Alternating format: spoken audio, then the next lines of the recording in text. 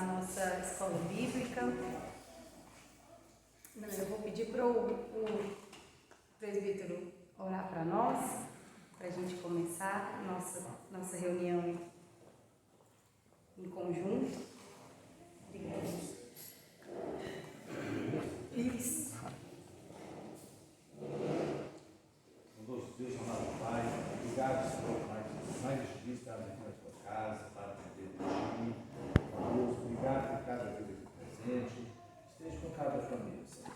Esse também puder estar aqui, esteja com eles lá no teu Pai, Senhor. Abençoa a musical, esteja derramando a tua palavra sobre o teu processo que vai trazer aqui, ó Pai, ainda a história da Páscoa, Senhor, que está chegando, Senhor. Uma data, Pai, que simboliza, Senhor, ali a morte, mas a ressurreição do nosso Salvador, Jesus. Te agradecemos, Pai, em nome de Jesus, por mais dias, Senhor, estar aqui na tua casa. Amém. Então vamos lá. Na semana passada, a gente estudou sobre finalmente a saída, a passagem do povo de Deus do Egito e como que o sangue do Cordeiro foi o fio condutor de todas as coisas. Sem o sangue do Cordeiro era impossível ter salvação, libertação e o resgate desse povo do Egito. E então, finalmente, a profecia, a promessa de Deus feita a Abraão começou a ser cumprida. Aquela profecia, desculpa, eu estou falando profecia, mas é aquela promessa que Abraão tinha recebido de Deus, que os seus descendentes se tornariam uma grande nação, tão forte e tão numerosa quanto as estrelas do céu, estava começando a tomar corpo. No Egito, Deus transformou 70 pessoas em uma fortaleza de gente. Só que, mesmo eles se fortalecendo como povo, eles se contaminaram com aquelas coisas que faziam parte da cultura egípcia. Então Deus teve que fazer um trabalhar muito grande para não só tirar eles do Egito, mas o Egito de dentro deles. Acontece que o Egito, ele é só uma exemplificação daquilo que para nós representou o pecado. Então eles saíram do Egito, mas o pecado continuou dentro deles. Então, aquele trabalhar de sempre estar precisando de uma libertação continua acontecendo dia após dia. Eles pecavam contra o Senhor e o Senhor os lembrava: gente, olha da onde eu tirei vocês, olha da onde vocês saíram. Mas nesse trabalhar de Deus falando com o seu povo e o seu povo se rebelando contra Deus, eles foram encaminhados para a terra de Canaã, a terra que Deus havia prometido para os descendentes de Abraão. E eles estavam lá. E eles começaram a se organizar como povo. Eles começaram a se organizar de um jeito parecido com os povos que eram seus vizinhos. Eles tinham os seus líderes, e os líderes de 10, líderes de 100, líderes de 1000, porque Deus assim tinha orientado para Moisés. Só que no topo de toda essa cadeia hierárquica, Deus estava lá em cima. Todas as decisões precisavam ter a consulta de Deus. Só que o povo estava olhando para os seus vizinhos e eles pediam: Senhor, nos dá um rei. Senhor, nos dá um rei. Nos dá um desses líderes humanos que a gente tem acesso mais fácil, igual os nossos vizinhos aqui, ali, acolá. E o Senhor falava: ainda não está na hora, ainda não. E eles insistindo. E Deus permitiu, Deus na sua soberana vontade permitiu com que eles conhecessem o que é ter um rei humano, um rei falho, um rei com seu coração pecaminoso, que foi o primeiro rei de Israel, o rei Salomão. Mas Deus, na sua infinita bondade, depois de ter permitido com que o seu povo experimentasse o que é ter um rei segundo o seu próprio coração, segundo a sua própria vontade, com seus critérios, tipo o maior, o mais alto, o mais forte, então Deus deu para eles um rei segundo o seu próprio coração, a sua própria vontade. Esse rei que era o mais novo da casa do seu pai, o mais franzino, aquele que era o mais fora dos padrões de um grande líder, foi esse que Deus elevou ao cargo de rei de Israel. E esse foi o maior rei de Israel, foi o rei de Israel. E não só porque ele era o rei que Deus colocou no trono, mas porque era dele, da linhagem dele, do sangue dele, que o Senhor havia escolhido para trazer o novo Cordeiro de Deus. Então, ninguém melhor do que o próprio rei Davi para poder fazer uma previsão, uma profecia, sei lá, um espelho meio embaçado daquilo que viria no futuro. Davi, ele era um homem segundo o coração de Deus, mas com um coração também extremamente pecaminoso. Então, enquanto ele estava bem, ele governava o seu povo com amor, autoridade e a condução do Senhor, ele também cometia pecados dos mais absurdos e execráveis.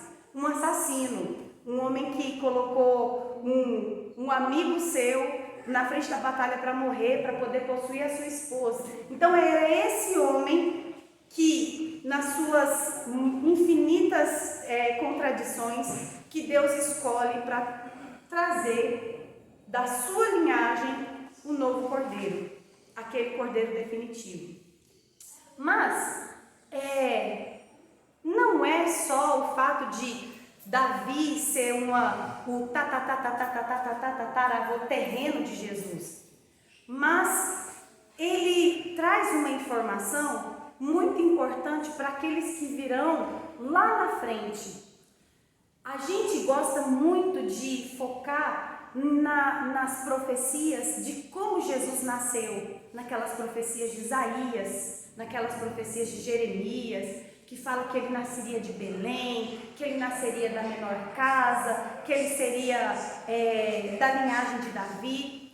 Mas era muito importante para os seus discípulos e para os judeus, não só saberem como é que esse novo cordeiro nasceria, mas como é que ele morreria. E é sobre isso que a gente vai ler hoje. Como é que vai ser a morte desse cordeiro, mas não do cordeiro pascal que era sacrificado todos os anos, mas como é que esse cordeiro, o último, o definitivo, o cordeiro de Deus, morreria.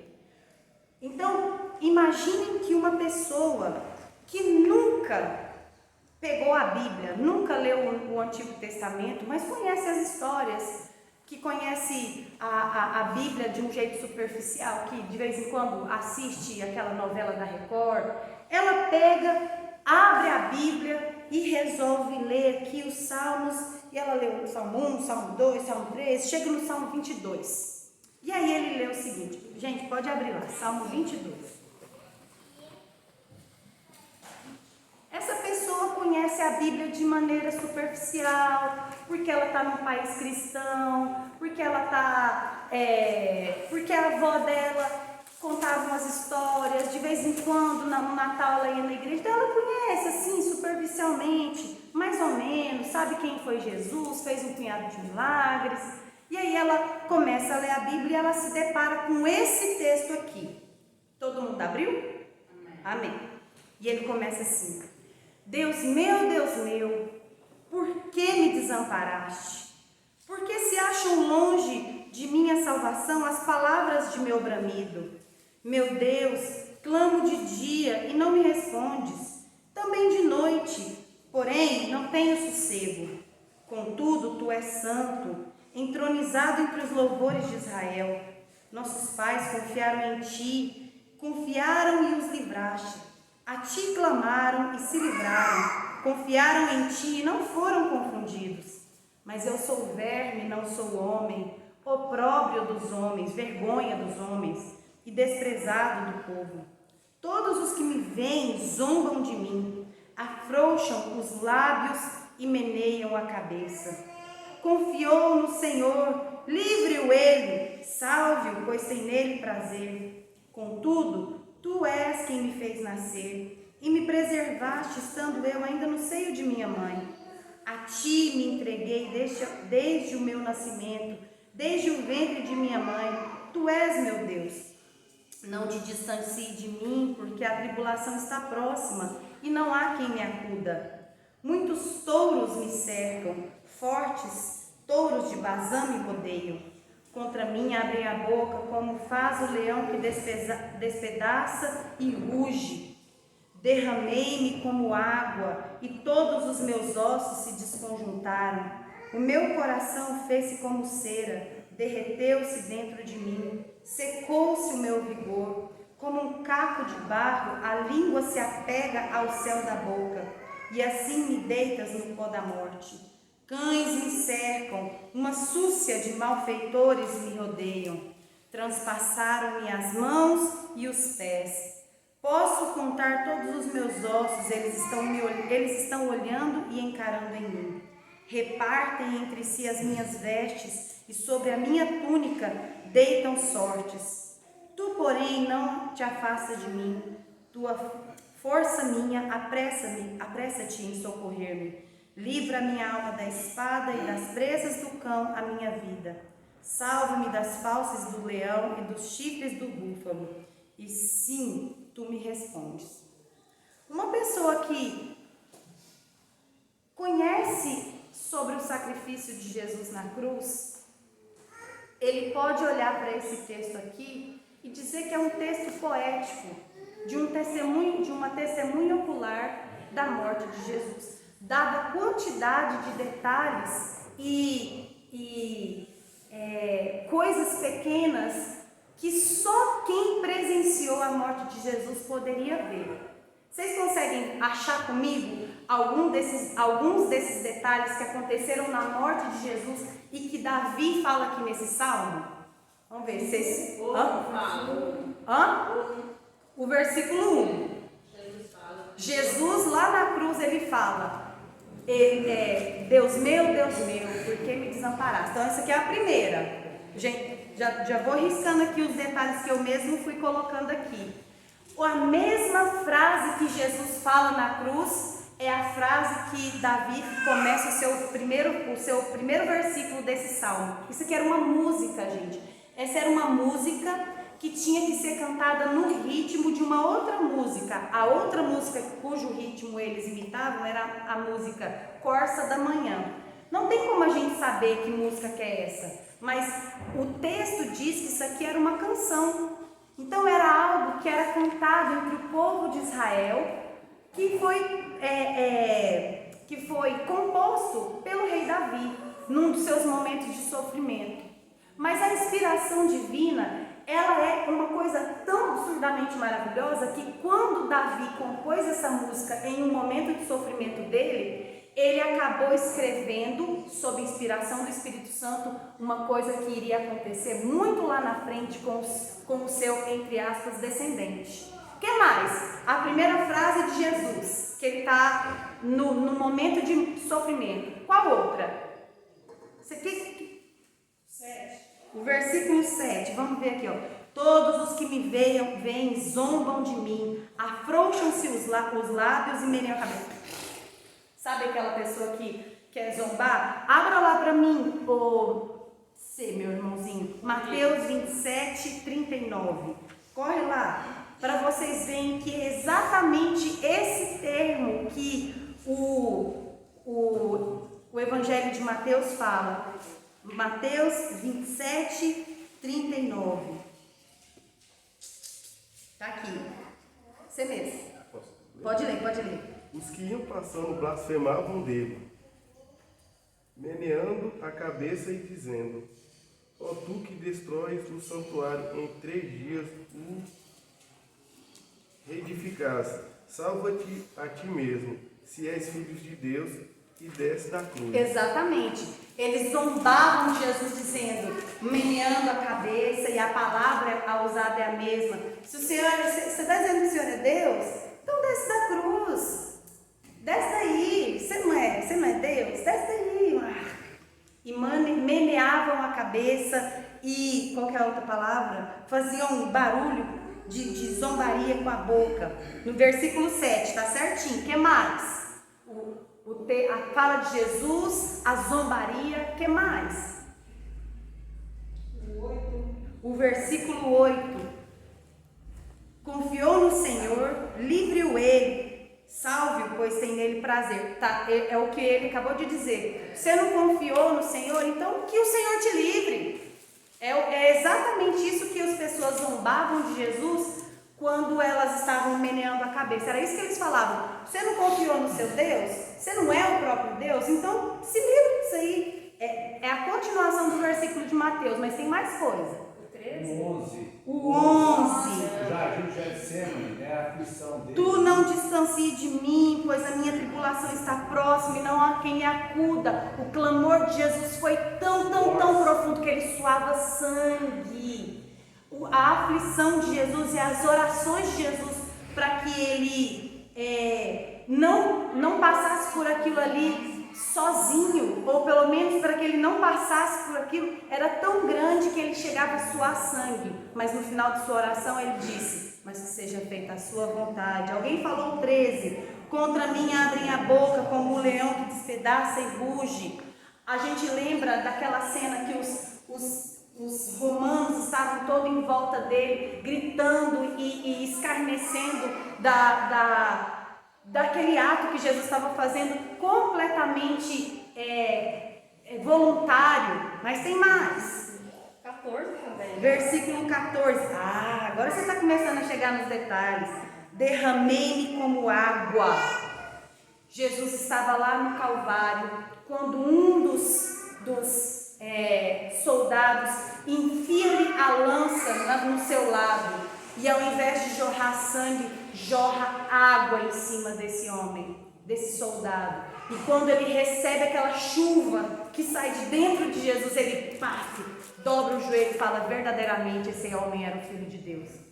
Derramei-me água e todos os meus ossos se desconjuntaram. Os ossos de Jesus não foram quebrados, porque essa também era uma profecia, mas o processo de crucificação, o fato de Jesus ter que ser esticado na forma que não era feita para o seu corpo, os ossos deles foram esticados e foram desconjuntados, assim como a Bíblia nos mostra. O que mais? O 15 e o 16. O 15 e o 16. Secou-se o meu vigor como um caco de barro, e a língua se apegou ao céu da boca. A língua se apegar ao céu da boca significa que a boca desse homem estava seca. Estava seca. Sabe quando você corre, aí sua saliva fica grossa e você começa a sentir a sua boca assim, ó. E Jesus falou: tenho sede. E os soldados pegaram uma esponja, enfiaram dentro de uma jarra de vinagre, colocaram na ponta de uma vara e colocaram na boca dele, para que Jesus bebesse o seu último gole de água, mas era um gole de água azeda, era vinagre. A sua boca estava seca e ele pediu água, e ele bebeu vinagre no lugar. A sua boca estava seca. O que mais? Tem mais 15 16. Cães me cercaram, uma súcia de malfeitores me rodeiam. Jesus estava no centro e do lado dele estavam dois ladrões ou assassinos, dois condenados. Jesus não foi morto num lugar onde ele era um lugar que pertencia só a ele, mas ele estava rodeado. Os malfeitores não eram só as pessoas que estavam ali provocando a sua morte, mas quem morria junto com ele também eram pessoas más, pessoas que tinham feito coisas horríveis, pessoas que mereciam a morte. Tanto é que um deles, antes do seu momento de morte, diz: Senhor, eu sei que o Senhor é Deus. E ele diz: hoje mesmo estará comigo no paraíso. A confissão da maldade daquele homem foi feita pela sua própria boca. Eu mereço estar aqui, mas o Senhor não merecia. Mas Jesus fala: hoje mesmo, meu irmão, você vai estar comigo no paraíso. A confissão da maldade daquele homem sai da própria boca. Ele não foi só condenado pelo seu júri. Ele mesmo confessa a sua maldade. O que mais? 17, os ossos dele não foram quebrados. Né? Exato, os ossos de 16, 17. Posso contar todos os meus ossos, eles estão olhando e encarando em mim. Os ossos deles não foram quebrados, mas aqui fala sobre a nudez de Jesus. Jesus estava absolutamente aberto, esticado, com o seu corpo todo à mostra, de modo que uma pessoa poderia ir lá e ver completamente todo o corpo de Jesus, todas as vergonhas dele como carne humana estavam expostas e não haviam sido quebradas mesmo. Tem um outro salmo que Davi fala sobre isso, que os seus ossos não foram quebrados. O que mais? 18. Repartem-se entre si as minhas vestes, e sobre a minha túnica deitam sorte. Vejam a natureza dos detalhes. Só uma pessoa que presenciou a morte de Jesus poderia ter a riqueza de detalhes de pegar a capa que eles haviam dado para Jesus, depois ser retirado do próprio Jesus e dividida entre si. Quem é que vai ficar com a parte melhor? Esse negócio aqui vai me dar sorte. Vamos ver quem fica com a maior parte? E eles rasgam o negócio nas vestes e cada uma pega uma para si. E eles deitam sorte, tipo, eles apostam com aquilo. É o tipo de informação que Davi não poderia ter se não fosse pela inspiração do Espírito Santo, porque são detalhes muito factuais, são detalhes muito específicos. O que mais? 19. Tu, porém, Senhor, não te afasta de mim, força minha, apressa-te em me socorrer. Logo depois que Jesus recebe a esponja de vinagre na boca, ele entrega o seu espírito e ali o Senhor vem recolher o espírito do Senhor. O Senhor Deus vem recolher o espírito de Jesus. O Senhor vem ao seu encontro e vem salvá-lo. Mas tem um aqui que é o mais sensacional para mim, porque a crucificação não havia sido inventada. A crucificação é uma tortura romana. Ela é uma coisa que passou a existir depois que o Império de Roma saiu lá da Itália e ela se espalhou pelo Oriente Médio, pelo Mediterrâneo e pelos pedaços da Europa. Roma, ele foi se tornar um grande império quase 1000 anos depois. Então a crucificação não havia sido inventada. Esse método de tortura que a pessoa é pregada num pau e esticado os seus braços para que ele ficasse completamente indefeso e ele ficasse totalmente aberto para receber chicotadas, coices, cuspes, pedradas. Esse estilo de morte não tinha sido inventado. Mas aqui no versículo 16, na parte B, transpassaram-me as mãos e os pés. O fato de que as mãos seriam perfuradas e transpassadas era um jeito de morrer que não existia no período de Davi.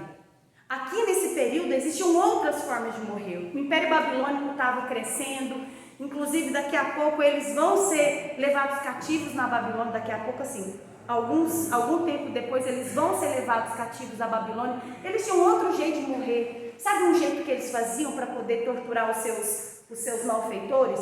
Tinha um grande boi feito de bronze e esse boi tinha uma entrada. As pessoas eram colocadas dentro desse boi oco de bronze e aí era fechada essa barriga desse boi e acendido embaixo desse boi de bronze uma fogueira. E a pessoa era morta ali debaixo cozida. Então, enquanto as pessoas gritavam lá dentro, ficava saindo uma fumaça do nariz do boi, como se fossem oferendas e gritos. Inclusive ele fala sobre boi de Bazã aqui, porque era um estilo de morte que existia nessa época, mas crucificação não.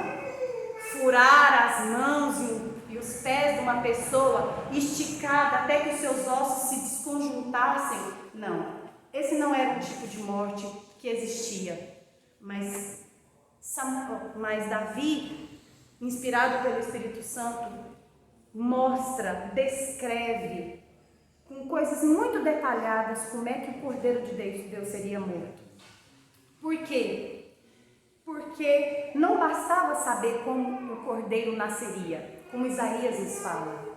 Era necessário que o povo entendesse, o povo que tinha acesso às Sagradas Escrituras, à Torá, conseguisse enxergar como é que ele morreria, conseguisse identificar que aquele homem que ia morrer daquele jeito, ele tinha sido previsto 1000 anos antes. Isso aqui foi escrito 1000 anos antes de Jesus nascer. Só que a incredulidade humana, ela é parte da nossa natureza caída. Então você já viu uma pessoa que não crê em Deus, sei lá, não acredita em Jesus, aí você vai... Não, desculpa, Jesus não. Que não acredita na Bíblia, não acredita, sei lá, que a Bíblia é um livro confiável. Aí você fala assim, nossa, mas tem alguns artefatos que foram descobertos com o nome Pôncio Pilatos, igual está escrito na Bíblia. Aí a pessoa, ao invés de dizer assim, nossa, é verdade? Então significa que a Bíblia é um livro histórico confiável? Não, a reação dela é assim, ah é? Peraí que eu vou achar outra coisa aqui nessa Bíblia só para falar que isso aqui está errado. E ele fica cavando, procurando contradições na Bíblia, porque o coração do homem não quer acreditar naquilo. E era exatamente isso que alguns historiadores começaram a fazer. O que um historiador começou a fazer? Eles, tendo em vista que Salmo foi escrito 1000 anos antes da vinda de Jesus, esse historiador aqui, deixa eu lembrar o nome dele aqui. Eu anotei e esqueci. Mas ele dizia o seguinte, na verdade, os evangelhos não são confiáveis, porque os evangelistas, Mateus, Marcos, Lucas e João, quando foram escrever a Bíblia, eles, na verdade, copiaram o que estava lá em Salmo 22 para poder se encaixar na morte de Jesus. Não é que eles escreveram e aí bateu as informações. Na verdade, ele pegou as informações que estavam em Salmos e aí colocou nos relatos da morte de Jesus, justamente para poder encaixar as pecinhas. Isso aqui foi manipulado. E por muito tempo, durante os primeiros séculos, eles acreditaram nisso, que a morte de Jesus tinha sido floreada para poder bater com aquelas profecias do Antigo Testamento. E a gente as pessoas começavam a se perguntar, bom, mas como assim? Como assim os seus discípulos pegaram as histórias, esses detalhes do Antigo Testamento, da Torá, para poder escrever a Bíblia? Não faz sentido. Não faz sentido, sabe por quê? Porque existem relatos históricos que não pertencem à Bíblia, que não fazem parte do cânone, que falam de um certo Jesus. Vou pegar aqui, por exemplo, um historiador judeu chamado Joséfo. Ele escreveu... Flávio Joséfo. Ele escreveu o seguinte no seu livro Antiquities. Nessa época, houve um homem sábio, chamado Jesus, homem bom e virtuoso. Muitos se tornaram seus discípulos, porém Pilatos o condenou à crucificação. Então se existem relatos que os seus discípulos, de pessoas que não foram seus discípulos, de pessoas que não acreditavam que Jesus era Deus, mas que concordam com o que Davi previu lá 1000 anos atrás, então os discípulos não manipularam a Bíblia para que combinasse as informações. E se pessoas que nem admitem que Jesus é Deus, que Jesus era o Filho de Deus, relatam que esse homem era bom, virtuoso e morreu à crucificação por mando de Pilatos, então os discípulos não mentiram nos seus evangelhos. Vamos pegar aqui um outro indivíduo. Cadê? Tácito, um outro historiador. Ele veio um pouquinho depois de José. Qual que é o primeiro nome dele? Flávio José. Ele chamava-se Tácito. Ele escreveu uns 60 anos depois de José. O nome dele era Tácito. Ele era um historiador romano. E ele fala sobre como que esse Jesus foi crucificado por Pôncio, procurador da Judéia.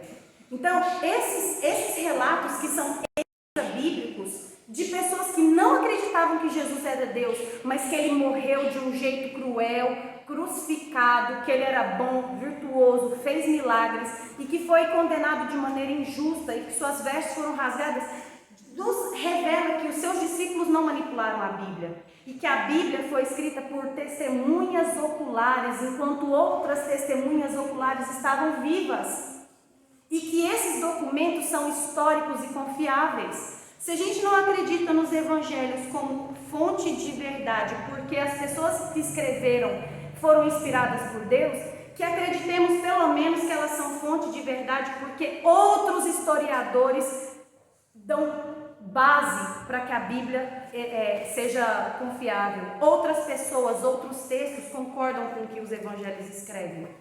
Mas vamos continuar. Interessante. Pois não. Que era que eles foram testemunha da época. Sim. Eusébio de Cesaré também, que conta sobre a história da igreja primitiva, ele vai relatar toda a vida dos apóstolos, né? Até Jesus, ele vem relatando tudo, ou seja, eles foram testemunha popular, vivenciaram, né, certos períodos, né? Então eles tiveram acesso a esses documentos, não escreveram assim, como se diz, assim, uma coisa qualquer, não foi inventando, não. Eles tiveram acesso a esses documentos. Com certeza. Quando eu estava na faculdade, eu vou fazer só um parênteses aqui.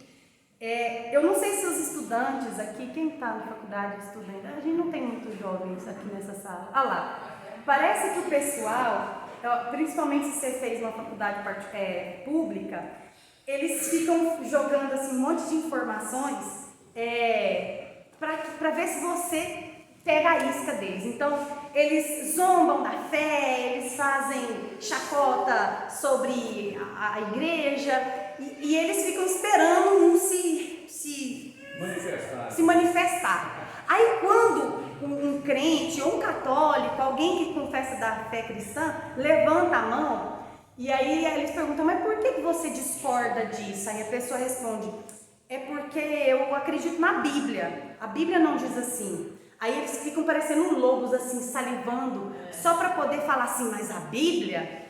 Por que você acredita na Bíblia? Aí a gente falta um monte de argumento, a gente fala assim, porque meu pai e minha mãe me ensinou. E para mim isso é absolutamente aceitável. Meu pai e minha mãe são as pessoas mais confiáveis do planeta Terra. Se eles dizem que amanhã vai chover para cima, eu vou esperar e vou pegar, vou aguardar isso acontecer. Por quê? Porque eles são pessoas confiáveis, mas meus pais não são confiáveis com meus professores de faculdade. Então, um belo dia, estou eu na faculdade e um amigo nosso de sala de aula, que ele era muito xiita, ele era muito, aqueles crentes que você fala, mano do céu, essa pessoa não tem vida, principalmente quando você é jovem, né? Jovem relativiza demais a fé por causa da sua imaturidade, mas esse Zezinho lá levantou a mão e aí falou assim, isso está errado, porque a Bíblia diz assim. E aí o professor assim, mas a Bíblia? Aí ele levantou, eu não vou esquecer nunca, porque o professor ficou calado. A Bíblia é um conjunto de livros históricos escritos por testemunhas oculares, enquanto outras testemunhas oculares estavam vivas. Ele conta sobre eventos divinos a partir da perspectiva humana para profetizar a respeito da vinda de um homem, Jesus. Aí o professor assim, porque se o professor resolve discutir com esse indivíduo, que infelizmente, vergonhosamente não fui eu, ele ia ter um enorme trabalho, porque ali ele estava lidando não só com um crente de fé, mas um cara que estuda. E aí ele falou, não vamos discutir religião. E aí voltou para a sala de... Não, eu estava assim, discute. Aí eu comecei a salivar, né, como crente. Eu quero... Mas aí... Falei, agora. Porque assim, o jovem é meio trouxa, né? Ele precisa de uma plateia para poder se juntar, para ele ter uma manada, para ele ter coragem de falar alguma coisa. Então, infelizmente, o professor, agora então não vamos discutir religião, e aí acabou a conversa. Mas ele tinha na ponta da língua o motivo da fé dele. Não era simplesmente porque, é porque eu fiz uma oração e aquilo mudou minha vida. Claro, a fé muda a vida, só que a fé em Jesus é que salva. Tem um monte de gente que tem fé em um monte de outras coisas. Tem gente que tem fé na própria fé. A gente tem fé num copo de água. Se a gente for pensar em Malcolm X, ele tinha fé que qual que é o Deus do islamismo, gente? Alá. Alá. Então, assim, ter fé por ter fé não é suficiente. Eu tenho que ter fé em Jesus. Essa é a única fé que salva. Feche parênteses, vamos voltar para cá. A gente tem que ter mais argumentos, gente. Nós precisamos ter mais embasamento para a gente não ficar como se nós tivéssemos vergonha da nossa fé. Hoje, moça, eu dou uma boiada para não entrar, mas depois que eu entro, eu dou uma boiada para não sair. Você vai ter que me escutar agora, jovem. Ainda mais depois que eu virei professora. Mas. Situação assim, que eu, por exemplo, passei, e para eles a Bíblia é um mito. Porque como a gente estuda a Grécia Antiga, né, tem civilizações ali, toda a democracia, né, formação da sociedade, então tem muitas mitologias ali misturadas. Sabe, né? Então, para eles a Bíblia é mais um mito. Eu tive muita, assim, enfrentamento, onde os professores realmente a vida deles é toda conturbada. São conhecedores, mas infelizmente do lado esquerdo, né? Não do lado do certo. Do lado certo. Tem o lado dos dois lados, tem o lado certo e o lado esquerdo. A maioria não é do lado não, certo. e o pior, que eu tinha uma professora que era presbiteriana, criada ali dentro da igreja, mas fugiu dos caminhos do Senhor, totalmente inenfrentável. Ela sabia, ela quer descobrir o que era. Ela é a professora de história do Brasil. Menina, só que eu não baixei a guarda, eu fiquei firme. Eu preciso passar, mas eu não vou baixar a guarda, eu vou até o fim. Não, exatamente esse é o motivo pelo qual a gente estuda. Não, isso aqui não é um livro aleatório que você pega e... Não, esse tem começo, meio e fim. Quando a gente está estudando justamente sobre a Páscoa, para vocês verem que esse livro aqui, ele tem uma continuidade desde de Gênesis até Apocalipse e ele não se contradiz. E de maneira nenhuma. Mas vamos lá. Vamos para a segunda parte, então. Se esse povo que não acreditava nas profecias feitas por Davi em suas canções, e eles achavam que os evangelhos haviam sido manipulados, eles tinham sido distorcidos para se encaixar no Antigo Testamento, eles não poderiam prever que 2000 anos depois essas profecias continuariam se cumprindo. Vamos pegar agora a segunda parte desse texto. Vamos lá para o verso 27. Porque esse texto é dividido em dois. Tem uma parte que fala sobre a morte de Jesus e o jeito, as características, os detalhes da morte de Jesus, mas tem uma segunda parte, as consequências da morte desse homem pendurado, transpassado, cujas vestes foram rasgadas, que teve sede, que foi desnudado, seus ossos foram contados, seu lado foi furado, de dentro de si jogou água, o seu coração se tornou como cera. Bom, a gente vê tudo isso, mas quais são as consequências desse homem, Deus, ter morrido dessa forma? Versículo 27. A gente não pode negar a verdade que a gente vê 2000 anos depois de Jesus ter sido sacrificado. Lembrar-se-ão do Senhor, e a Ele se converterão. Os confins da terra perante Ele se prostrarão. Os limites geográficos são incapazes de segurar a verdade que foi concretizada no madeiro lá em Jerusalém. Não tem China, não tem Zimbábue, não tem Timor-Leste, não tem Patagônia, não tem lugar nesse planeta que não tenha ouvido as verdades de Jesus. Milhares de pessoas morreram sem conhecer o Senhor, mas 2000 anos depois lembrar-se-ão do Senhor e converterão-se a Ele. Os confins da terra perante Ele se prostrarão, todas as famílias das nações. Pois do Senhor é o reino e é Ele quem governa as nações. Todos os opulentos da terra hão de comer e adorar, e todos os que descem ao pó se prostrarão perante Ele, até aquele que não pode preservar a própria vida. Aquele verso, todo joelho se dobrará e toda língua confessará que Jesus Cristo é o Senhor. É exatamente isso aqui falado com outras palavras. Todos os que descem ao pó da terra, até até aquele que não pode preservar a própria vida, todos eles se prostrarão e declararão, como é que é? Servirá e lembrar-se-ão e se converterão a ele, porque essa é a consequência. A segunda parte desse verso também é uma profecia, e uma profecia que vem sendo cumprida nos últimos 2000 anos. Vamos continuar. A posteridade o servirá, falar-se-á do Senhor a geração vindoura, hão de vir anunciar a justiça dele ao povo que há de nascer, contarão que foi ele quem o fez.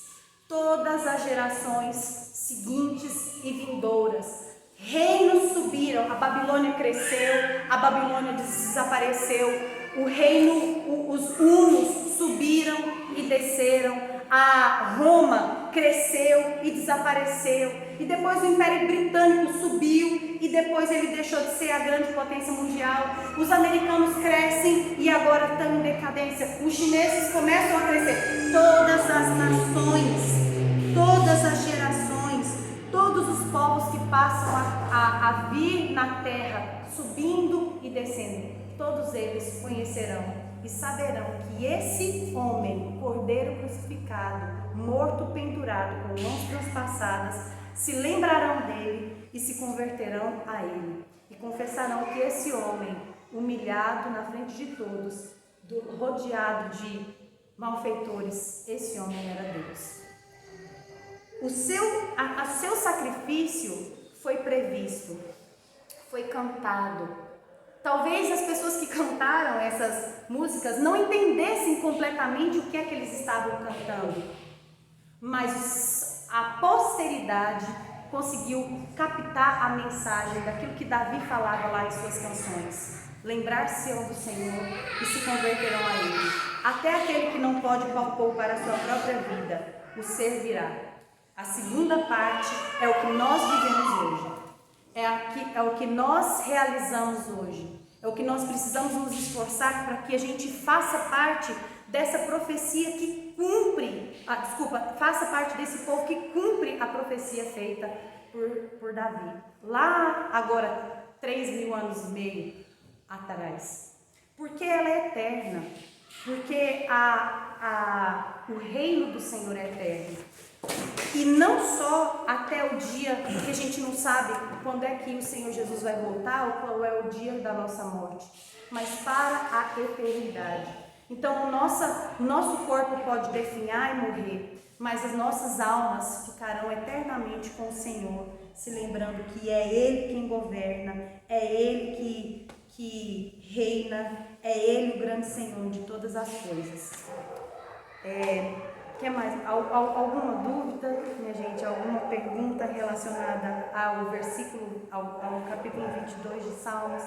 A gente tem muitos outros textos maravilhosos sobre a vinda de Jesus, sobre a profecia da vinda dele.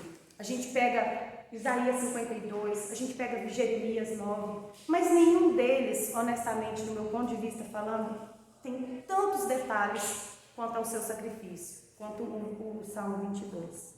Então, que nós tenhamos a certeza de que nós fazemos parte desse segundo, do versículo 27 até o 31, desse verso aqui, desse capítulo, que é aqueles que se lembram, aqueles que se convertem e aqueles que anunciam a sua justiça eternamente. Alguma questão? É interessante que o Salmo fala assim, todas as nações, né? Porque tem pessoas que vai ser, mas só a nação de Israel vai ser do povo de Deus. A gente agora fala assim, né? São todos, né? Até os confins da terra conhecerão e saberão que existe um único Deus, né? Que salva. Ou seja, então a nossa esperança está aí, ou seja, se cumprir, né? Começou lá na formação do povo, mas até nós hoje, né? Fazemos parte desse povo. Fazemos, graças a Deus fazemos. É a esperança que nós temos de eternidade, é justamente essa. Fazemos parte desse povo, não mais pela circuncisão, como era de Israel, mas pelo sangue de Jesus. Então fazemos parte desse povo, para sempre. Vamos orar? Senhor Jesus, obrigado, Pai, pela Tua palavra. Não me canso de agradecer, Senhor, por Senhor ter deixado esse registro escrito que nós podemos ter acesso e podemos estudá-lo. Obrigada, Senhor, porque o Senhor também nos colocou, Senhor, em uma igreja que se dispõe a estudar essa palavra de maneira profunda, Senhor, não se deixando levar pelos nossos próprios sentimentos e nossas próprias experiências, mas baseado o estudo na sua própria palavra, na inspiração do Teu Espírito Santo, Deus. Senhor, te peço para que nós possamos nos manter, Senhor, como um grupo, Senhor, que não se afasta da Tua verdade, não se afasta da Sua palavra, mas que não fica, Senhor, apenas no estudo, Senhor, mas que tem o seu coração transformado dia após dia, pela renovação da nossa mente, Senhor, pelo transformar do Seu Espírito em nosso coração, Senhor. Que nós possamos, Senhor, fazer conforme o Senhor nos ordenou e anunciar o Teu Evangelho para todas as nações, para todas as pessoas que nós temos contato, para todos aqueles que convivem conosco, para que o nosso testemunho seja uma Bíblia ambulante para as pessoas que não têm acesso a essa palavra ainda, Senhor. Em nome de Jesus, amém. Amém.